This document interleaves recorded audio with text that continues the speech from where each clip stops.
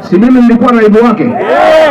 Mimi nilikosana na yeye kwa sababu ya kufinya Wameru na Waembu na Wakikuyu. Yeye alichaguliwa na watu ya Mlima 47%. Mimi nikimuuliza haki ya Wameru anasema mimi ni mkabila. Tukimchagua yeye alikuwa Mmeru, tukimchagua alikuwa Mwembu, alikuwa Mkikuyu. Mimi nikamuuliza, wewe Kasongo, watu wa Meru walikuchagua, mbona umevuta Japhet Koome kazi? Mbona unapanga chama ya kumvuta Martha Koome? Kwa nini umekataza kijana ya Mudhaura amekuwa number 1 kwa KRA? Umekataa.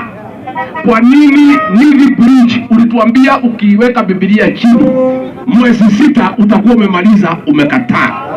Sasa mimi nikimwambia mambo ya Meru akasema mimi ni mkabila, akaita hii wabunge wenu wa Meru akawadanganya. Mimi nashindwa kufanya kazi Meru kwa sababu ya Rigiji. Nisaidieni kumfukuza hiyo kazi ifanyike. Tangu nitoke kuna kazi imefanywa hapa? Ni wajinga, si wajinga?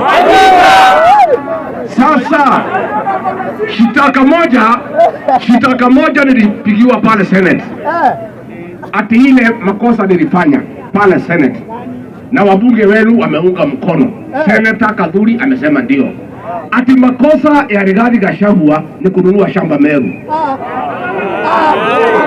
Si mimi ni mtoto ya mama? Sasa mimi nikinunua shamba Meru nirudi nyumbani nikuwe karibu na watu wetu, iko makosa?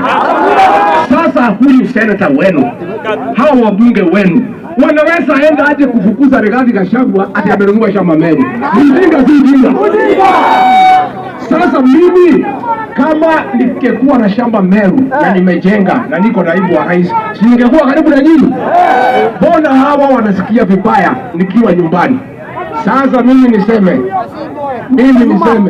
hiyo shamba yangu ninunua, nitajenga, mtakuwa mkija kuniona hapo.